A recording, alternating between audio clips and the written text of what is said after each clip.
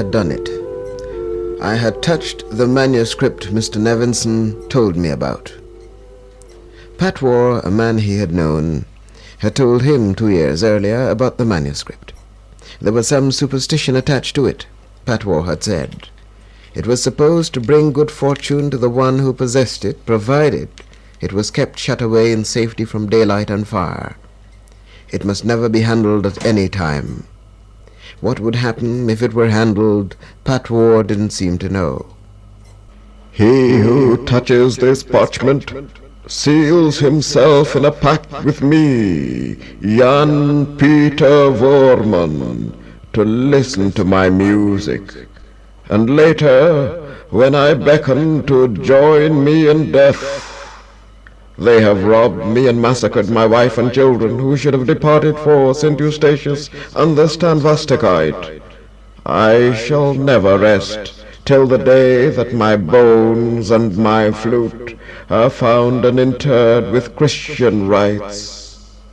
I place a curse and plague upon the person or persons who may touch this parchment. My roaming presence shall pester him or them unto death, unless my wishes are carried out." Those words were written on the parchment.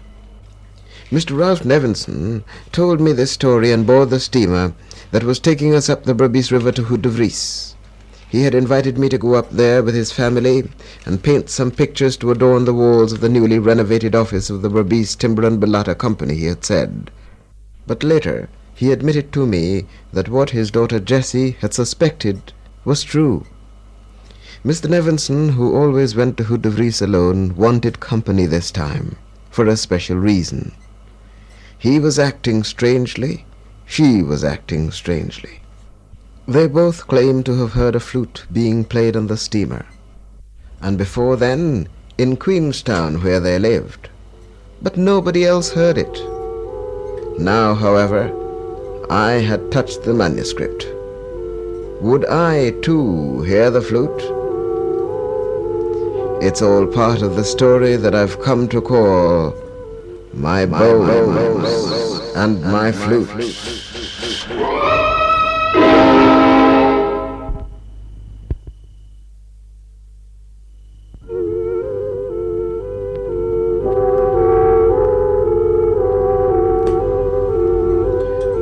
For my precipitate action in touching the manuscript, Mr. Nevinson did not scold me.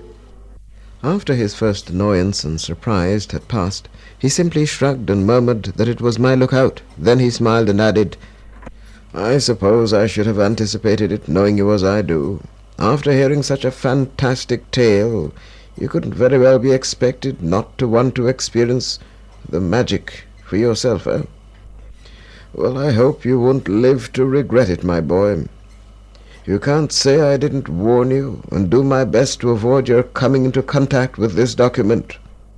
At that I said to him, "If I'm to be of any help to you, sir, don't you think the best way of getting myself into a serviceable condition is to inoculate myself without delay, as I have done?" That word remained with me until we reached Hood de Vries, for that was how I felt, as though I had been inoculated with the bacteria of some strange but exciting disease, and was waiting now for the symptoms to appear. I found myself possessed of that cheerfulness which anticipation of the unknown sometimes produces. We reached Hood de Vries at 20 minutes to 6. The sun was low over the jungle on the right bank, and its soft reddish light gave to the cluster of wooden buildings that stood in a clearing on the left bank an air of ingenuous peace and reflectiveness. There was the sawmill with its thin black chimney. The day's work seemed to be over, for it was still and dreamily idle. And in its vicinity along the bank the clustered rafts of crude timber which extended right down to the water's edge. A group of 7 or 8 loggies with trash roofs, evidently the abode of sawmill laborers, stood some distance to the left. That is to say, in a downstream direction. The residence, a 1-storied cottage raised on tall pillars, was situated about 100 yards above the sawmill, and had a detached, aloof, even snobbish look. I found myself smiling as I tried to imagine what Rue de Vries must have looked like 2 centuries ago, when it was a flourishing sugar or coffee plantation under the Dutch.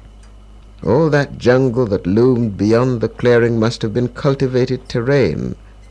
Apart from the large plantation house, there must have been rows and rows of loggies for the accommodation of the slaves, a sugar mill or coffee lodge, 2 or 3 cottages for the use, respectively, of the overseer and his assistant, the carpenter and a surgeon, as he was called in those days. Perhaps at this very hour a bell would be clanging stridently, or a horn cooing to call in the gangs from the fields, or, if they had already come in, to summon them to evening repast under the soughing branches of a sandbox tree, or for the day's punishments, which the overseer or his assistant had to superintend.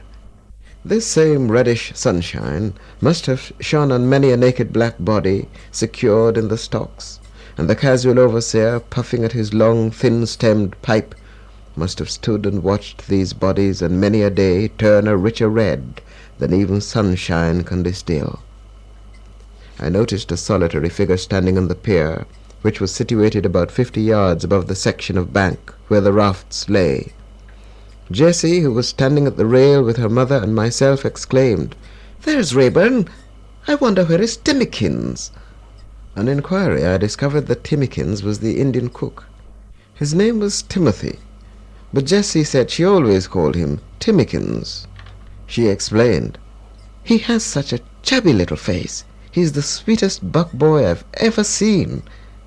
Her mother confirmed this, adding that Timmy was a very good cook, and that she had often thought of stealing him and keeping him when he and Rayburn went down to town, as they sometimes did. It was not long, however, before Timmikins and several others were on the pier to meet the steamer as it drew alongside, for the steamer is, of course, an event in these parts. Parcels and crates and letters for the labourers had to be discharged before the vessel could resume its trip to paradise.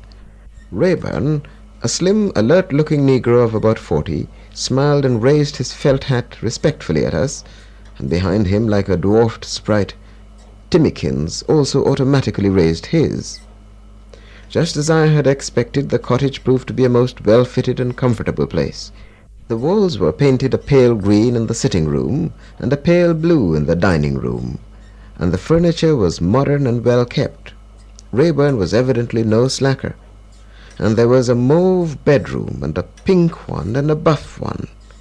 The veranda went right round the house, and Jessie and I, with a kind of childish enthusiasm, went round testing out the deck chairs, as Jessie put it. She chose one, and said that if she found anybody in it, he or she would be promptly hoofed out. And she added, "I hope you're hearing me, Milton." It appeared that this was her second visit to Rue de Vries. The first visit was in June, 3 years before, when her father had nearly made Fred and herself faint with astonishment by asking them to come up with him. I was glad to see that she seemed to have dismissed the incident on the steamer from her thoughts, and I purposely did my best to keep the conversation from straying back to it, for her father and I had agreed not to tell her anything about the manuscript, nor of our suspicions concerning the spectral music of this flute, which was proving so difficult to explain away. The bedroom allotted to me was one of 2 which adjoined each other on the southern side of the house. It was a buff one. Mr. Nevinson, his wife informed me, could have the other, the pink one. She went on, "Jessie and I will have the big northern room. Ralph likes that one, I know, but he'll have to do without it this time. Serve him right for asking Jessie and me as well as you to come up here with him." At this point I said, "I thought you would have preferred to discourage him from being too close to me. Aren't you afraid of our locking our doors and getting so immersed in old books and papers we might even forget our meals? There's a connecting door, you know." She raised her arms and tilted her head, her gaze on the rafters. "Milton, I beseech you, please don't encourage him to become engrossed in old books. Already as it is, I see he's brought up a whole suitcase of books." She sighed with the air of a martyr, and went hurrying off toward the kitchen, exclaiming, Oh, my God! That meat, I've just remembered. I wonder if Timmy has put it in the fridge. A low, regular sputtering broke out downstream, and for an instant I thought it was an approaching motorboat, when I realized that it must be the petter-generating plant Mr. Nevinson had told me about, because I saw a bulb glow in the pantry. Somehow it had slipped me for the moment to wonder about light, and the sight of that bulb coming into life gave me a sense of comfort and reassurance, for there is nothing I detest more than a house lit only by lamps or candles. I dread spiders, and lamplight or candlelight has always seemed to me an ally of these repulsive creatures.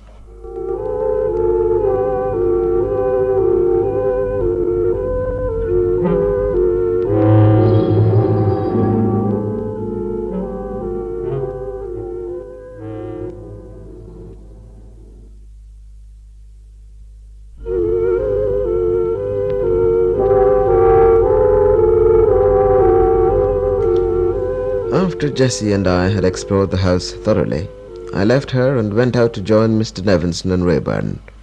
I saw them in the now deep twilight standing at the foot of the front steps in casual conversation. Mr. Nevinson was smoking a pipe, and there seemed no figure of greater contentment to be found anywhere.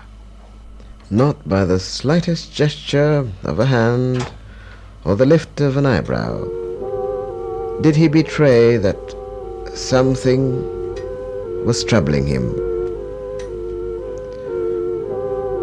But that was something else, another stage in the story I've come to call My Bones and My Flute.